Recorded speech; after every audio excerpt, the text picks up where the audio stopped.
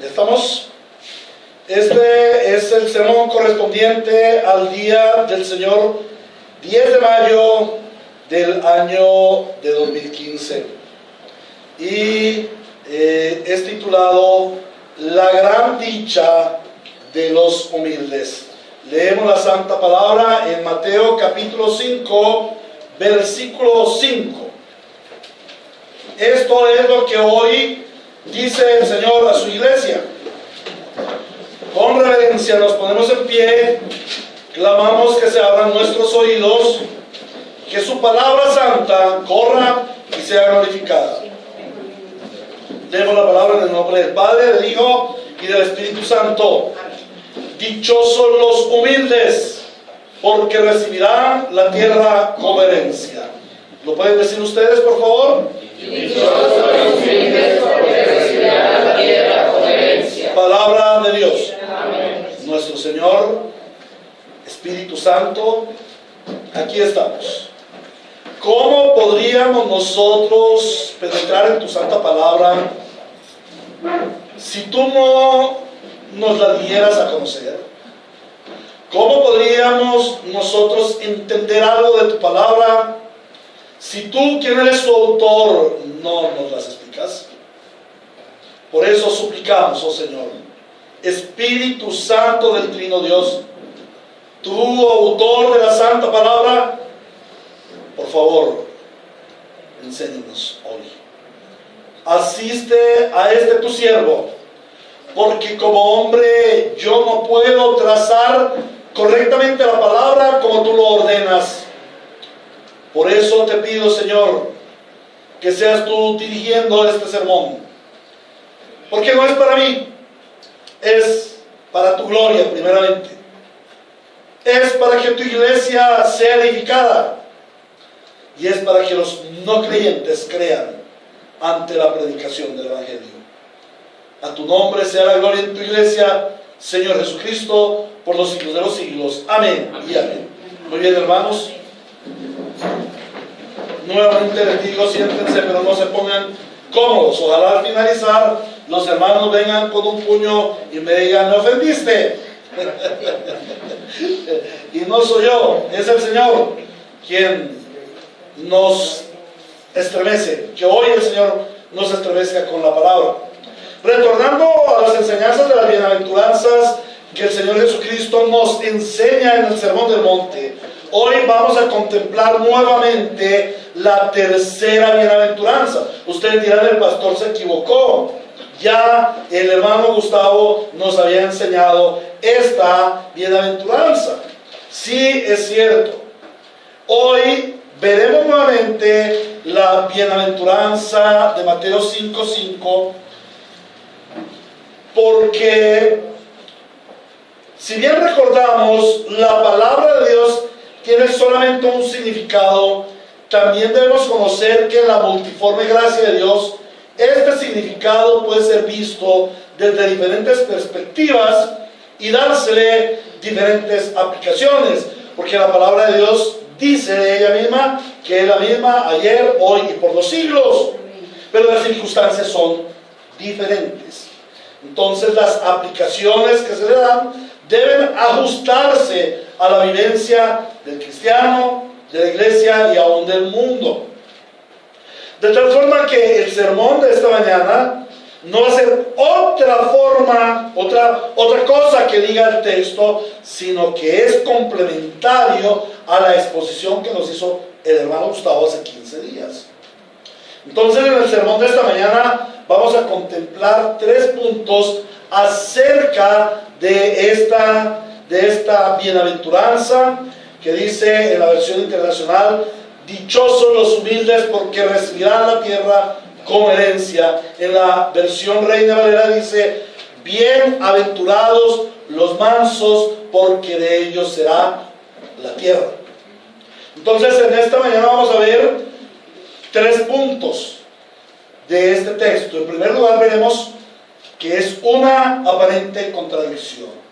Esta bienaventuranza es una aparente contradicción. Pero de esta bienaventuranza sacaremos una correcta definición.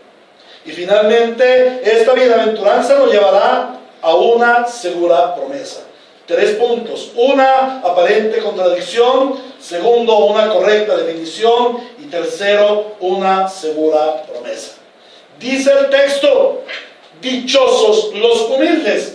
Y aquí encontramos una aparente contradicción. Continuando con esa estructura didáctica contramundo, yo no inventé este nombre,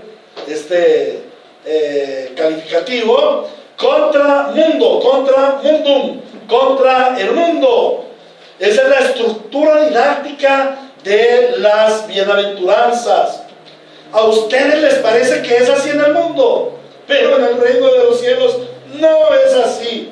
A ustedes les parece que para ser felices tienen que hacer esto. Eso es en el mundo, pero en el reino de los cielos es diferente.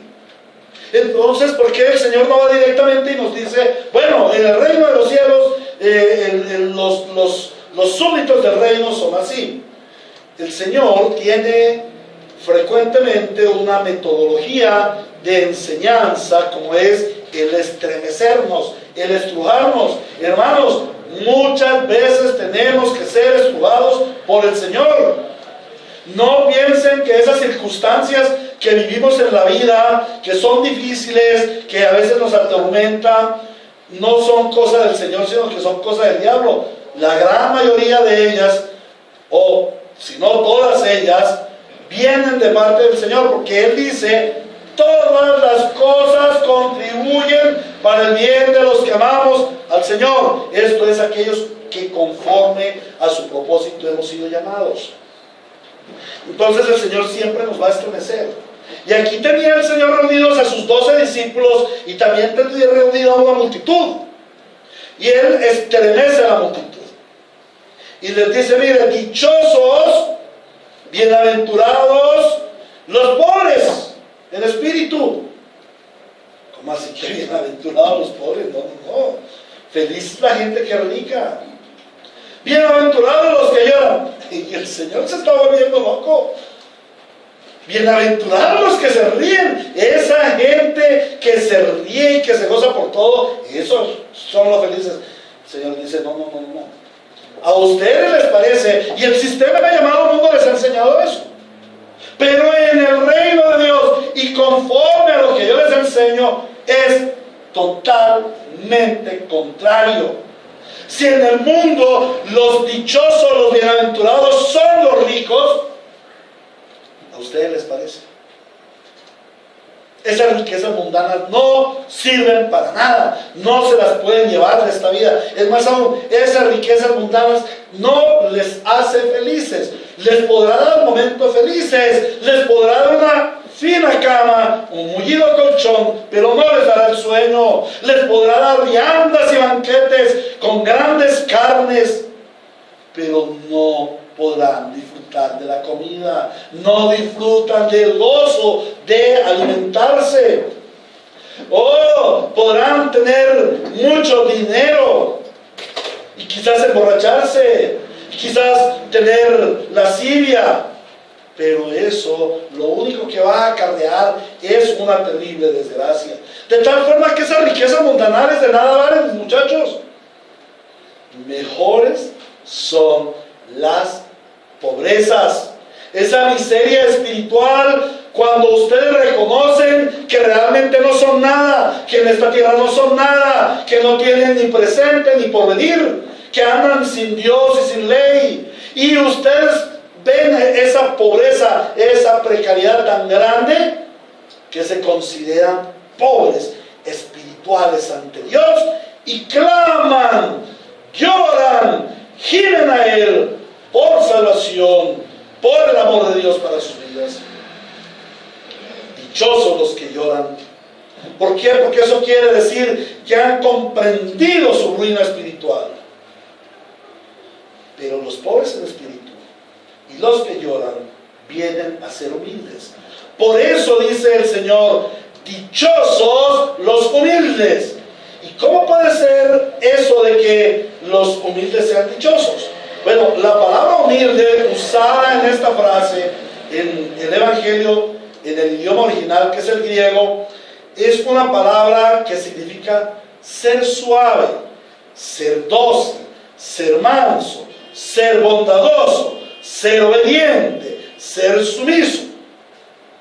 Todo eso significaba el término praus, que es el griego, que es aquella palabra que usa el Señor Jesucristo: dichosos los humildes. También habla allí de los mansos. En otras versiones dice los mansos, los bondadosos. Entonces, esa palabra humilde significaba ser mansito, bondadoso, obediente, sumiso. Pero eso en el mundo romano.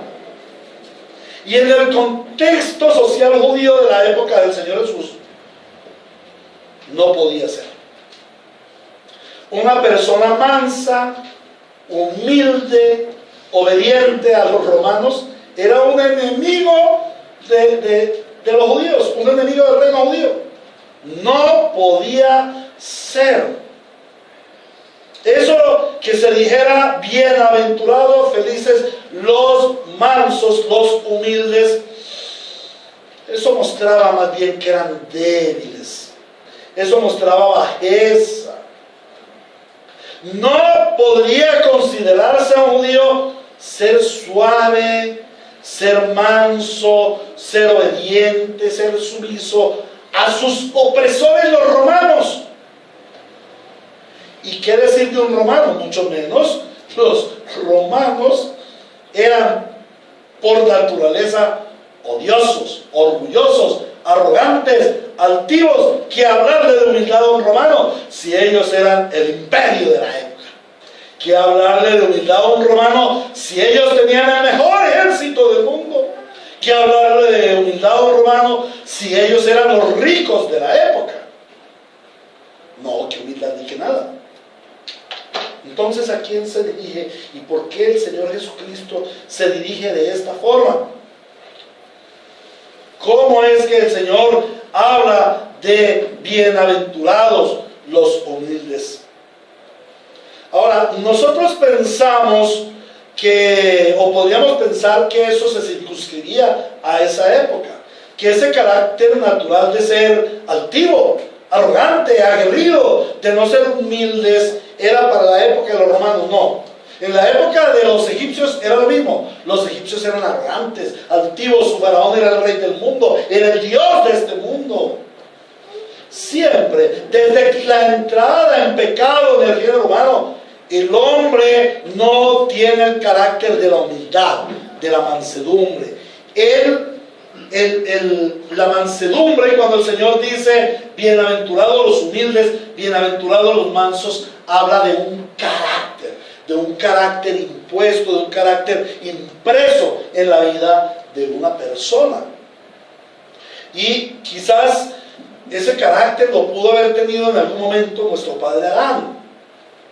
Pero cuando él cayó en pecado, como lo hemos visto en las enseñanzas de la primera enseñanza o de la escuela dominical, como le llamemos, el acto del pecado fue un acto de terrible arrogancia, del más super alto orgullo. El hombre y la mujer querían ser como Dios y querían desplazar a Dios de su lugar. Eso es arrogancia, eso es altivez, eso es orgullo. Pero no solamente desde allí. ¿Se acuerdan ustedes cuando en la época después de Noé, a los babilonios les dio por hacer una torre? La torre de Babel. ¿Se acuerdan que ellos, qué querían con esa torre? Llegar hasta el cielo. ¿Qué es eso? Humildad, ¿cierto? Ellos eran tan humildes que ellos querían conocer a Dios y humillarse ante el Señor, ¿cierto que sí? No, ese era el más terrible acto de arrogancia, porque como Adán no pudo destronar a Dios, ellos quisieron destronarlo subiendo personalmente al cielo y haciendo un sigurat, haciendo una torre. Y no se les haga extraño por qué esos zigurats, por qué esas torres como las pirámides de Egipto, como las pirámides de Chichén Itzá y diferentes zigurats que hay en las diferentes culturas antiguas en todo lugar del mundo, siempre son montes, siempre son como esas torres, porque el hombre en su orgullo quiere alcanzar a Dios, quiere ser como Dios, quiere destronar a Dios. El hombre natural, caído en pecado, no tiene el carácter de humildad, de mansedumbre. Y ahí es donde nosotros podemos mirar que a través de toda la historia el hombre tiene un gran objetivo. ¿Cuál es el gran objetivo del hombre? Ganar el mundo. Ganar el mundo. ¿Ustedes para qué creen que se hace la Copa Mundial de Fútbol? Ganar el mundo del fútbol. Y se hacen las grandes contiendas entre los unos y entre los otros. ¿Y qué hacen los que organizan todo eso? Ganar el mundo del dinero, ganar el mundo de la publicidad, ganar el mundo. ¿Se acuerdan de los olímpicos? ¿Cuál es la mentalidad de los olímpicos? Ser más grande, ser más fuerte y llegar más lejos, ir más lejos. Siempre el hombre quiere ganar el mundo. Yo recuerdo, hay un libro de los G12 de este señor, no es pastor, Castellanos, César Castellanos. Sueña. ¿Y qué? El Señor dice que no podemos ganar el mundo, pero Él sí quiere ganar el mundo. Y lleva a la gente a soñar, dice que para ganar el mundo, ser más grande, ser más fuerte e ir más lejos. ¿Y qué hace el hombre para ese gran objetivo? Un método equivocado. ¿Cuál es su método? Ser un triunfador. Tú tienes vena de triunfador. Si tú eres manso y humilde, no vas a llegar ni a la esquina. Mijitico, tú tienes que ser un triunfador. Tienes que ganarle a los demás. Y si aún es necesario pisotear a otros, hazlo. Pero tu meta es triunfar en la vida. ¿Cuál es la meta de los padres de hoy en día? Que sus hijos triunfen en el kinder, en la primaria, en la universidad, que triunfen en la profesión. No importa cuánto se lleve por delante, no importa cuánto haya que pagar, no importa cuánta trampa se haga, lo importante es que tú seas un triunfador. Y hoy en día los padres dejaron de ser padres de hijos para ser hijos estudiantes. Que los hijos sean estudiantes. Los padres no quieren tener hijos, los padres quieren tener estudiantes. Y esta semana con el paro, estas 2 semanas con el paro de profesores, me daba mucha tristeza oír lo que yo oía, ¿no? Que los colegios se convirtieron en la solución para los padres que trabajan. Entonces yo cojo a mi hijo como un trapo viejo, yo este es mi hijo, yo me deshago de mi hijo y se lo entrego al colegio. Entonces, entraron los profesores en paro, ahora yo tengo que, ¿qué hago con mi hijo? ¿Qué hago con mi hijo? ¿A dónde lo pongo? ¿A dónde lo dejo? Si yo tengo que ir a trabajar. Mi hijo ya no es mi hijo es un estudiante del colegio. Estamos haciendo de hijos estudiantes. No, Dios no nos dio estudiantes. Muchos de nosotros no tuvimos la capacidad mental, la capacidad económica, la actividad para poder aprender. No, pero es que usted tiene todo, tiene la cabeza, tiene la plata, no siempre tenemos la capacidad. Y lo digo, no siempre tenemos la capacidad porque yo vine a completar mi secundaria a los 31 años de vida. Porque de joven no lo pude hacer. No tuve la oportunidad por A o por B motivo, no entendía, no comprendía, no asimilaba, no era juicioso, lo que fuera, no tenía la capacidad. Ahora, eso no excusa a que los muchachos que están en el colegio sean unos maquetas. No, eso es pecado también. Pero los padres, debo decirles, Dios no nos dio hijos para que fueran los primeros en el colegio, para que fueran estudiantes, para que terminaran de doctores. No, si se necesitan zapateros, si se necesitan conductores de autos, mecánicos, jardineros, agricultores, ganaderos, de todos se necesitan. Pero hoy en día todo el mundo quiere que su hijo sea doctor. ¿Para qué? ¿Para qué? Eso es tremendo. Y se le dice al hijo, se levanta el hijo y dice: usted tiene que ser un triunfador. Y cuando un muchacho fracasa, se desmoraliza y se suicida. Por eso vemos tan altos índices de suicidio en nuestros tiempos. No tenemos que ser triunfadores. Ahora, ¿cuál es el otro método? Sea acaparador. Coge todo lo que alcances a coger. Ojalá que sea plata. Toda la plata. Que venga, eso, coja y guarde, y eso es suyo, y usted tiene, y lo suyo es suyo, y lo de los demás es suyo. ¿Sí? Cuando ustedes se casen, es lo suyo es mío y lo mío es mío. ¿Sí? Los hijos son así. Los hijos tienen 25 años, lo tuyo, el mío. Pero cuando ellos son profesionales, dicen: lo mío, mío. Yo me lo gané.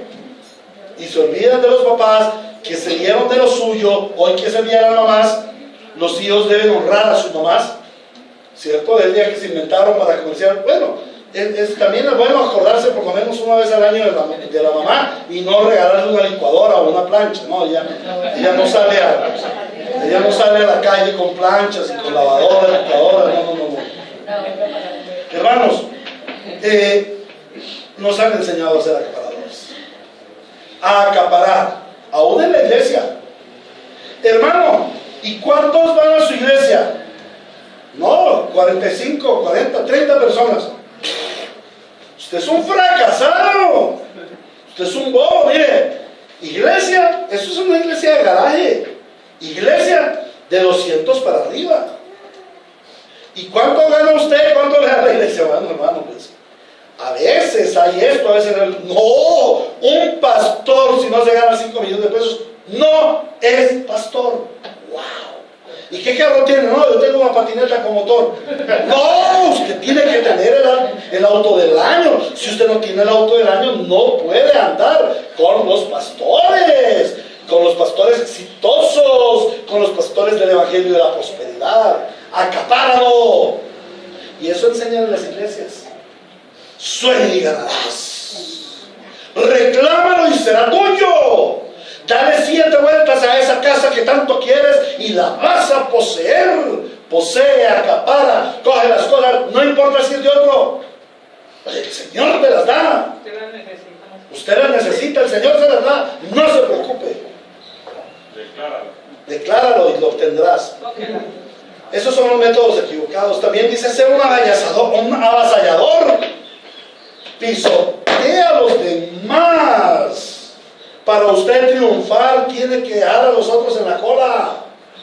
Tiene que dejarlos botados, rezagados. Humilla a otros y tú te verás grande. Para que tú seas un buen jefe, tienes que mandar a otros y manipularlos y ser enérgico y echar gente y pagarles mal. Eso es lo que le gusta a la gente. Si usted quiere ser un marido que le obedezcan en su casa, usted tiene que ser autoritario, humillar a su mujer y a sus hijos. Avasalle a la gente y verá que usted tendrá éxito. Ese es el método equivocado. Ahora miremos cuál es el decreto de Dios para reinar en la tierra. Dice el Señor: sé humano, sé humilde, sé manso, sé pequeño.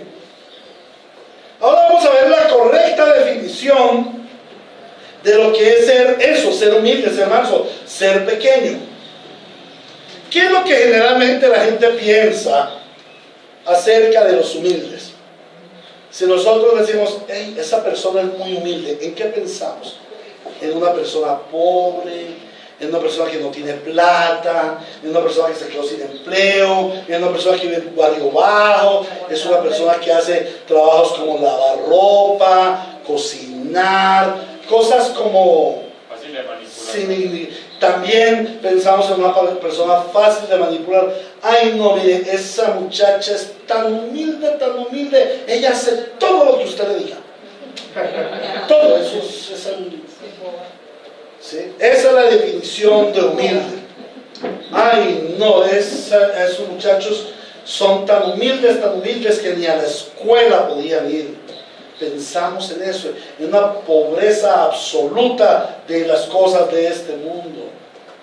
Pero vamos a ver qué es lo que Dios define en su palabra acerca de los humildes. Salmo capítulo 37. Vamos a ir allá al Evangelio según los Salmos. Evangelio según los Salmos. Salmo capítulo 37, versículo 11. Bueno, si vamos, Salmo 37, 11. Luego vemos otras características ahí de este salmo que nos habla de esa humildad. 37, 11 dice: pero los desposeídos heredarán la tierra y disfrutarán de gran bienestar. ¿Quiénes heredarán la tierra? Según el Señor Jesús en el Evangelio según San Mateo. ¿Quiénes heredarán la tierra? Los humildes. Entonces, ¿qué es un ser humilde? Los desposeídos. ¿Qué quiere decir los desposeídos? Ay, pobrecito, tenía una finca y se la quitaron. Esos no son los desposeídos. Desposeídos son los que dicen: yo tengo esto, pero no es mío, es del Señor. ¿Quién tiene necesidad de mi chaqueta? Que no solamente no es mi chaqueta, sino si quiere también mi camisa. Y si necesita mi corbata, con mucho gusto es suya. Esta empresa que yo tengo no es mía, es para el Señor, es del Señor. Yo me despojo de toda ganancia y la brindo para la gloria de mi Señor. Y voy a contratar solamente hermanos creyentes y les voy a pagar el mejor salario. Y voy a ser justo pagando mis impuestos, así me quede sin plata. Lo que quiero es exaltar el nombre del Señor. Y con las ganancias de lo que quede, quiero ayudar a las misiones. Quiero aportarle a los hermanos que están estudiando para que logren ser pastores. Aquellos desposeídos no son a los que les quitaron las cosas, sino a los que se despojan de lo suyo para darles a otros. Dice: pero los desposeídos, ¿qué les pasará? ¿Qué les dará el Señor? La herencia será la tierra. Y disfrutarán de gran bienestar. A veces me da tristeza ver gente tan adinerada que han puesto todo su fervor en las riquezas de este mundo, que viven tan angustiados, tan pobres, que sus riquezas lo único que producen es un terrible malestar. Vamos a saltar al versículo 22 de allí mismo. Los benditos del Señor heredarán la tierra. Y aquí vamos a profundizar un poquito más. ¿Quiénes heredarán la tierra según Mateo capítulo 5, versículo 5? Los humildes. ¿Cómo poder ser humilde? ¿Puedo yo por mí mismo ser humilde? No puedo. Estas bienaventuranzas no son un requisito para ser súbditos del reino. Lo repetimos. Las bienaventuranzas son evidencias de que soy súbdito del reino. Cuando yo soy súbdito del reino, no puedo ser orgulloso, sino humilde. Y aquí dice el Señor: los benditos del Señor. ¿Quiénes son los humildes? Los que el Señor ha bendecido. ¿Con qué ha bendecido el Señor a los humildes? Con su salvación. Con su salvación. ¿Cómo poder ser humilde? Que el Señor bendiga con salvación. Pero ¿qué dice el Señor también? Pero los que Él maldice serán destruidos.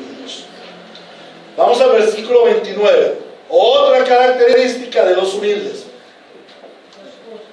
Los justos heredarán la tierra. ¿Quién dice el Señor en Mateo capítulo 5 que heredará la tierra? Los humildes. Entonces los humildes y los justos van a estar en guerra. Porque ¿cómo van a ser que los humildes heredarán la tierra y los justos heredarán la tierra? Pero también los benditos del Señor. Entonces ahí van a haber tres facciones en guerra. Porque unos quieren un pedazo de tierra, otros quieren otro pedazo de tierra y otros quieren otro pedazo de tierra. No, Señor, es que son los mismos. Son los mismos. Los benditos del Señor, los desheredados, perdón, los despojados o desposeídos, los benditos del Señor y los justos son los mismos. Somos las mismas personas. ¿Qué es el justo según la Biblia? Es tener el carácter de Dios, como nos lo enseñaba hace 15 días el hermano Gustavo, ¿cierto? Entonces, ¿quiénes son esos justos que heredarán la tierra? Los benditos del Señor, los que se han desposeído de sí mismos para vivir para Cristo. Dice que esos justos que viven en la justicia de Dios, justificados pues por la gracia, justificados por el justo que es el Señor Jesucristo. Los que ya no estamos en condenación por causa de nuestros pecados y Dios imputa en nosotros la justicia divina en Cristo Jesús, esos somos los justos. Aquellos que una vez nos consideramos pobres espirituales por la obra del Espíritu Santo, fuimos llevados a llorar nuestra precariedad, nuestra miseria. Ahora el Señor dice que somos humildes. Esos somos los mismos. Heredaremos la tierra y por siempre vivirán en ella. Versículo 34. Pero tú espera en el Señor y vive según su voluntad, que Él te exaltará para que heredes la tierra. Cuando los malvados sean destruidos, tú lo verás con tus propios ojos. ¡Wow! ¿Quiénes son los que heredarán la tierra según Mateo 5? Los humildes. ¿Qué característica tienen los humildes según el Salmo 37-34? Esperamos en el Señor y vivimos según su voluntad. ¿Qué es ser humilde? Ser humilde no es una persona que vive debajo de un puente o en los barrios marginales, que no puede ir a la escuela, que tiene los trabajos más bajos. No. El presidente de la república puede ser un humilde. Un rey, como lo fue David o Salomón, pueden ser humildes. ¿Cuál es la característica? Esperar en el Señor y vivir según su voluntad. Aquel que vive según la voluntad del Señor, aquel que espera en el Señor es un humilde. El que no vive conforme a la voluntad del Señor, sino que quiere hacer lo que se le da la gana, cuando se le da la gana, está usurpando el trono de Dios. O sea, es un vil arrogante, es un vil orgulloso, altivo. Pero el que espera en el Señor y vive según su buena voluntad, que es agradable y perfecta, ese será considerado humilde. Humildad es ser obediente a Dios. Humildad es ser justificado por Dios en Cristo Jesús. Humildad es desposeerse de las riquezas mundanales y de esos deseos de la carne, avaricia de los ojos y vanagloria de la vida que nos tienen tan anclados a esta tierra. ¿A quién se refiere este texto?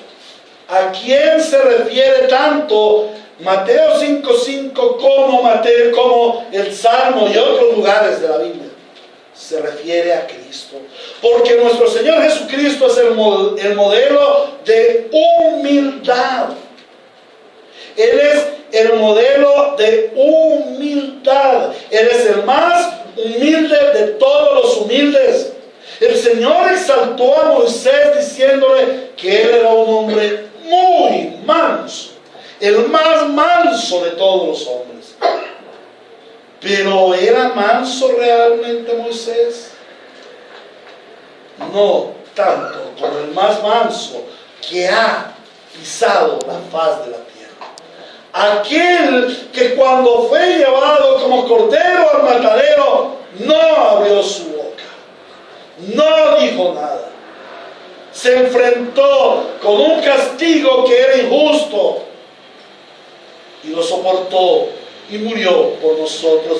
Cristo es el modelo de humildad. ¿Y es el modelo de humildad para quién? ¿Para los mundanos? No. Los mundanos tienen su corazón entenebrecido y ellos no quieren ser humildes. Los mundanos quieren avasallar, los mundanos quieren acaparar, los mundanos quieren triunfar para ganar el mundo. Pero ¿quién realmente ganó el mundo? Cristo el Señor, cuando murió en la cruz con toda su humildad, como cordero llevado al matadero, siendo degollado, Él ganó el mundo. Amén. Él recuperó lo que se había perdido, porque Él lo dijo: vine a salvar lo que se había perdido. Él realmente ganó el mundo. ¿Para qué? ¿Para ser un triunfador y un victorioso y apabullar a otros? No, para la gloria del Padre y para la salvación de los perdidos. Y ese es el modelo que nosotros tenemos que fijar. No es el de Pablo, no es el de Moisés, no es de aquel humilde pastor que predica. Y no estoy hablando precisamente del antiguo y orgulloso Héctor, sino de esos humildes pastorcitos que predican con tanto fervor y con tanta paciencia y con tanta perseverancia, aún en las partes más agrestes. No, esos no son nuestro modelo es Cristo. ¿Por qué nuestro modelo es Cristo? Porque Él nos capacitó para ser humildes. Nosotros por nosotros mismos no podemos ser humildes. Amado, amada, clámale a Dios desde lo más profundo de tu corazón y por la obra del Espíritu Santo y dile: Señor, hazme manso, porque soy un terrible arrogante y yo frecuentemente tengo que decirle eso a mi Señor. Oh, mi Señor, aún en la prédica soy tan arrogante. Y les pido perdón a ustedes, mis hermanos, por lo arrogante que soy. A veces con mis palabras, con una sola displicencia contra uno de los corderitos del Señor, soy tan orgulloso, tan arrogante, que solamente me queda el camino de humillarme y decir: oh Señor, límpiame de arrogancia, límpiame de altivez. Clamemos al Señor que por su Espíritu Santo Él nos dé esa capacidad de ser esos humildes, de ser aquellos que nos desposeemos de nosotros mismos para amar el reino de Dios, aquellos que hacemos y procuramos y amamos la justicia de Dios, aquellos que esperamos en el Señor y obedecemos con paciencia sus santos designios y su voluntad expresada en la palabra. Amén. Ahora, hermanos, les invito a que vayamos a Mateo capítulo 11, versículo 29. Dice el Señor: carguen con mi yugo y aprendan de mí. ¿Quién es el ejemplo de ser humildes? Aprendan de mí, pues yo soy apacible, yo soy humilde, yo soy manso de corazón. Aprendan de mí, porque es que Él es nuestro modelo a seguir. Él es el que debemos seguir, no hay otro. Aprendan de mí, carguen con mi yugo. ¿Qué es cargar con el yugo del Señor? ¿Qué es cargar con el yugo del Señor? Es andar parejo con Él. Es andar con Él. Para donde Él va, yo voy, porque estoy enyugado a Él y no me puedo separar de Él. Tengan ese tipo de comunión conmigo, dice el Señor. Carguen con mi yugo, que es andar parejo con Cristo. Y si Cristo fue a la cruz, ¿a dónde debo ir yo? Y si Cristo se humilló, ¿qué actitud debo tomar yo? Y si Cristo dio, ¿qué debo hacer yo? Y si Cristo enseñó, ¿qué debo hacer yo? Y si Cristo predicó, ¿qué debo hacer yo? Y si Cristo tocó leprosos, ¿qué debo hacer yo? Siempre imitarlo. Imitadores de Cristo. Ser imitadores de Cristo, hermanos. Es nuestro ejemplo para ser humilde. Porque Él dice, aprendan de mí porque yo soy apacible. Él es el único apacible, Él es el único verdaderamente humilde de corazón. ¿Y por qué es humilde? ¿Por qué logró la justicia de Dios? Porque Él obedeció al Padre. Porque Él se hizo pobre para que en su pobreza nosotros fuéramos enriquecidos con toda riqueza espiritual y celestial en Cristo Jesús. Y entonces, ¿qué obtendremos? Oh, y encontrarán descanso para su alma. Ahora les invito a Mateo 21, 1 al 5. Esta es la historia de la entrada triunfal de nuestro amado Señor Jesucristo, el Rey de gloria, a la ciudad de Jerusalén. Dice, cuando se acercaban a Jerusalén y llegaron a Betfagé, al monte de los olivos, Jesús envió a dos de sus discípulos con este encargo: vayan a la aldea que tienen enfrente y ahí mismo encontrarán una burra atada y un burrito con ella. Desátenlos y tráiganmelos. Si alguien les dice algo, díganle que el Señor, ¿quién? El Señor. Y esa palabra tan autoritativa. Miren, ustedes van a desatar un burrito. Si alguien, puede ser el dueño de la finca, el dueño del burro, les dice, ¿y ustedes qué están haciendo con mi burro? El Señor envió por él. ¿Y qué va a hacer esa persona? Obedecer. ¿Por qué? Porque dijo el Señor. ¡Wow! Ojalá nosotros llegáramos a ser así. Lo dijo el Señor, bástenos. Bástenos su gracia para hacer cuanto el Señor diga que tengamos que hacer. Amén. Luego dice, esto sucedió para que se cumpliera lo dicho por el profeta. ¿Qué dijo el profeta? El profeta, digan a la hija de Sión, tranquila, tranquila, déjenlo ahí, eso no se va a arreglar ahora. Digan a la hija de Sión, mira, tu sirviente viene a ti. ¿Sí? Ahí dice eso. No. ¿Y por qué no siguen ustedes la Biblia? Mira a quién. A tu rey. Viene ahí, ¿cómo? Humilde, manso. ¿Y cómo demuestra esa humildad? ¿En dónde montan los reyes? ¿Ustedes han visto a un rey montado en burro? En carruajes. En limusinas. Es más aún, en el oriente los burros y los caballos son seres humanos que llevan al rey ahí cargado. Esclavos, eunucos, llevan al rey ahí cargado. Mira a tu rey, viene humilde. ¿Quién es nuestro ejemplo de humildad?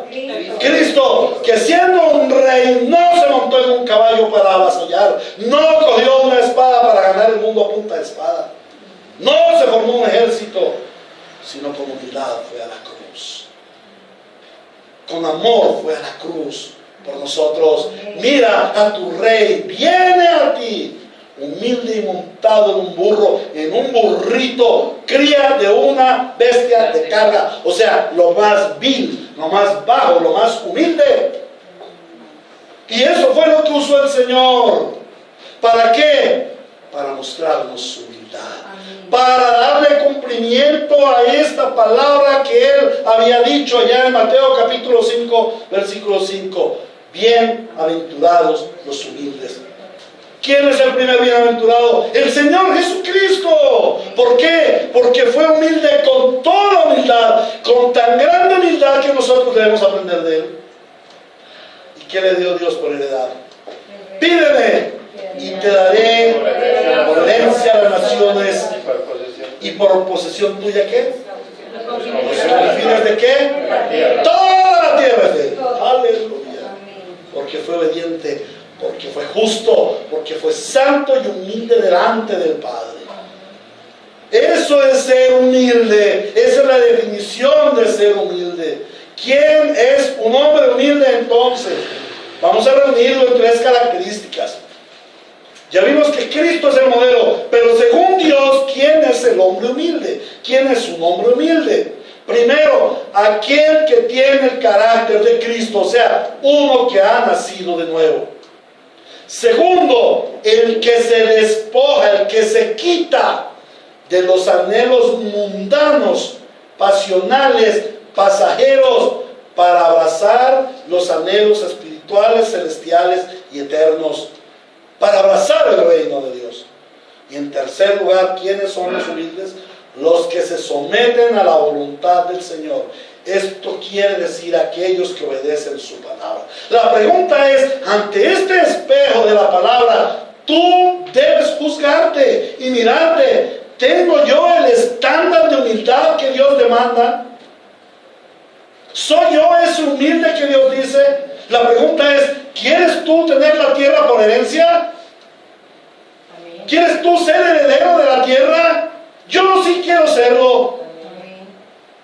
Ahorita vamos a ver cómo, pero yo sí quiero serlo. La pregunta es, y al mirarme yo al espejo de la palabra, ¿tengo yo el carácter de Cristo? ¿He nacido de nuevo realmente? ¿He despojado de mis anhelos mundanos para abrazar la fe? ¿Y tengo deseos celestiales, espirituales y eternos del reino de Dios? ¿Me estoy sometiendo a la voluntad del Señor? ¿Estoy obedeciendo su palabra? Si soy así, seré heredero de la tierra. Esa es la segura promesa que es el Señor. Y vamos al tercer punto. Una segura promesa. Dichosos los humildes, porque recibirán la tierra como herencia. Y vamos a mirar 3 errores de lo que piensa la gente de la tierra por herencia. El primer error es el pensar que será una tierra futura.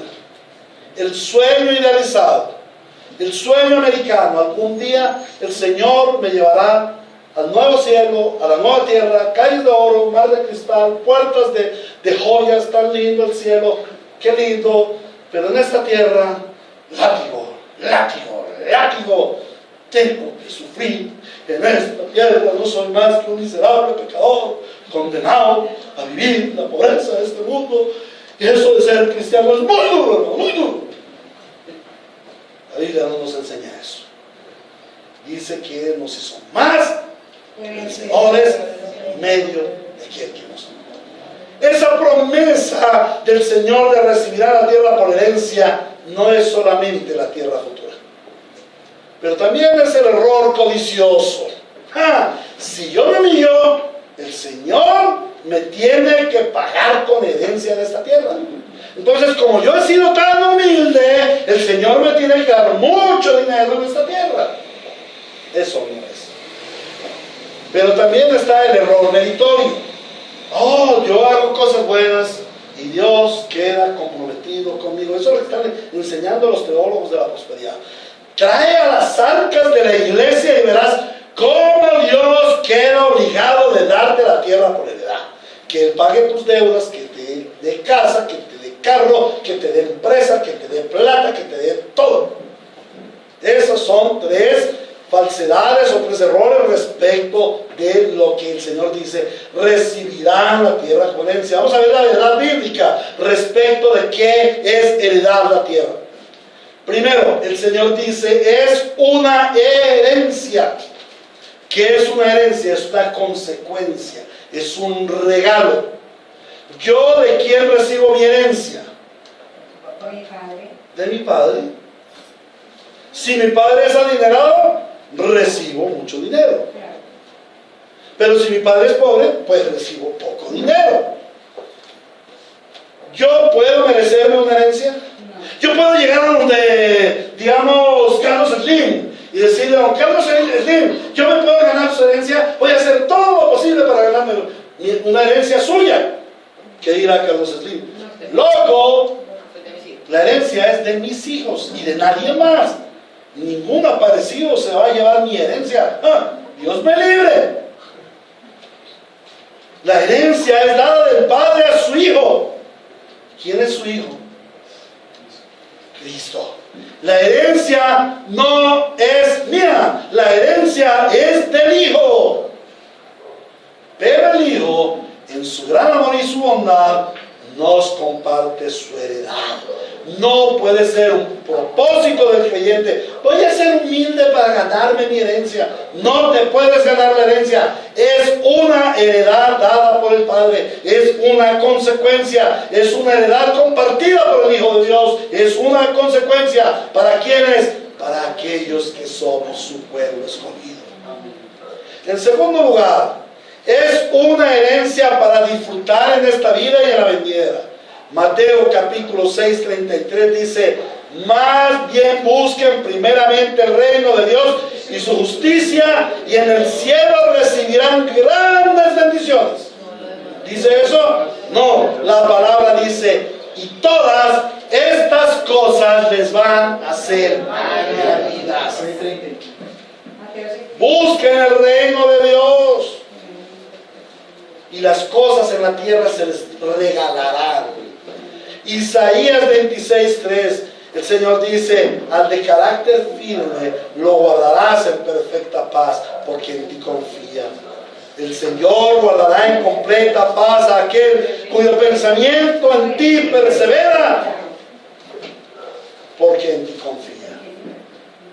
Entonces el Señor nos da ese reino en esta tierra. ¿Y cuál es el reino de Dios, o cómo es el reino de Dios? Paz, gozo y justicia en el poder del Espíritu Santo. ¿Está bien? Amén. Es eso, hermanos, tener paz. Vivir en paz. ¿Qué es vivir en paz? ¿Ausencia de conflicto? No. Vivir en paz es estar en comunión con Dios. Es no tener enemistad con Dios. Gozo. ¿Qué es gozo? Que yo tengo carro último modelo y las mejores viandas y los mejores licores. No. Gozo es estar en el lugar de Dios con la bendición de Dios. Eso me tiene que dar gozo. Que yo no estoy en enemistad con Dios, sino que soy hijo de Dios. Y si soy hijo de Dios, eso es mejor que ser hijo del magnate más rico del mundo. Soy hijo de Dios. Y eso me debe dar gozo. Y justicia. ¿Qué es justicia? Cristo imputó su justicia en mí, de tal forma que yo ya no iré al infierno. Porque la justicia de Dios es que yo vaya al infierno. ¿Por qué? Por ser pecador. Pero la justicia de Cristo imputada en mí me lleva a la gloria del Padre. ¿Y a dónde viviré esa gloria en el cielo? No, en esta tierra ya vive la gloria del Padre. En esta tierra ya puedes aprender cuál es la gloria del Padre en ti. Y se los digo que viviendo en Santa Elena, y puedo levantarme a 5 de la mañana y ver esas nubes de neblina que no se ven ni para conversar, y digo: esta es la gloria de Dios. Y ver el sol despuntar a las 5:30, rojo. Y decir: esta es la gloria de Dios. Y tener un alimento dado por Dios, esta es la gloria de Dios. Y venir a predicar en una iglesia, esta es la gloria de Dios. ¡Qué gloria tan grande! Yo no me cambio por Carlos Slim y sus podridos millones. ¡Qué gozo! Y tengo el reino de Dios en esta tierra, pero a lo mejor el reino de Dios vendrá después, en su plenitud. Ahora, ¿qué es el reino? ¿Qué es ese poseer la tierra por heredad?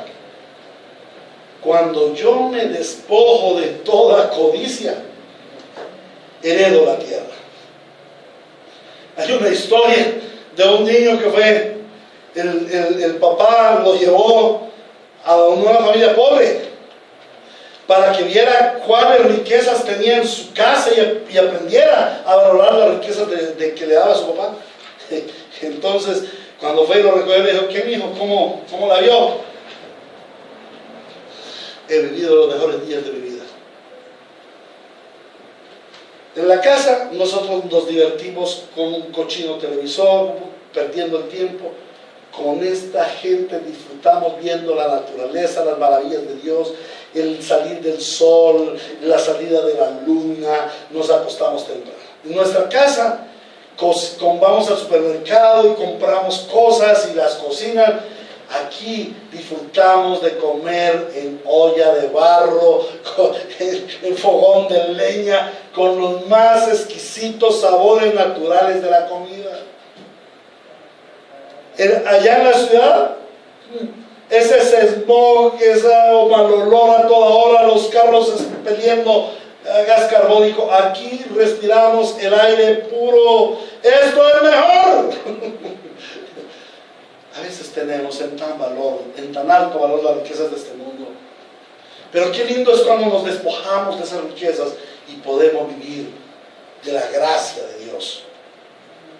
Ahora, también las riquezas o esa herencia es que al despojarnos de nosotros, Dios nos da la posesión de su herencia a través del prójimo. Según a los Corintios capítulo 9, versículo 5, dice: así que me pareció necesario rogar a estos hermanos que se adelantaran a visitarlos y completaran los preparativos para esa generosa colecta que ustedes habían prometido.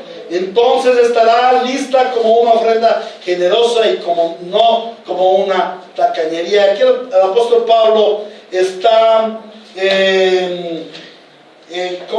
elogiando a los hermanos de, ya se me olvidó,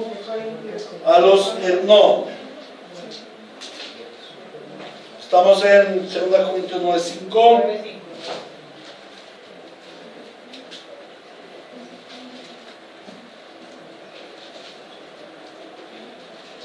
Ese segundo está en primero.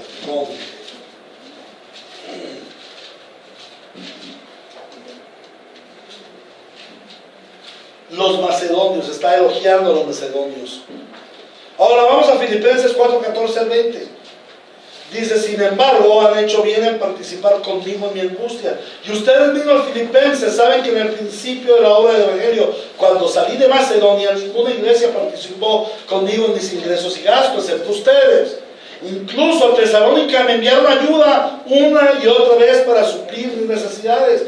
No digo esto porque esté tratando de conseguir más ofrendas, sino que trato de aumentar el crédito a su cuenta. Yo he recibido todo lo que necesito y aún más. Tengo hasta de sobra ahora que he recibido de Epafrodito lo que me enviaron. Es una ofrenda fragante, un sacrificio que Dios acepta con agrado. Así que mi Dios les proveerá de todo lo que necesiten, conforme a las gloriosas riquezas que tiene en Cristo Jesús. La gente habla mucho de este versículo. Mi Dios puede suplir todas mis necesidades conforme a sus gloriosas riquezas en Cristo Jesús. Sí, pero no miran lo otro. ¿Cómo mi Dios les va a suplir? Porque ellos dieron generosamente y abundantemente. A nuestro Dios y Padre sea la gloria por los siglos de los siglos. Amén. Termina diciendo ahí. Entonces el Señor nos da su herencia en esta tierra a través de mis propios hermanos. Sin mentirles, hermanos, he recibido puntos de comida en mi casa cuando no teníamos nada en la nevera.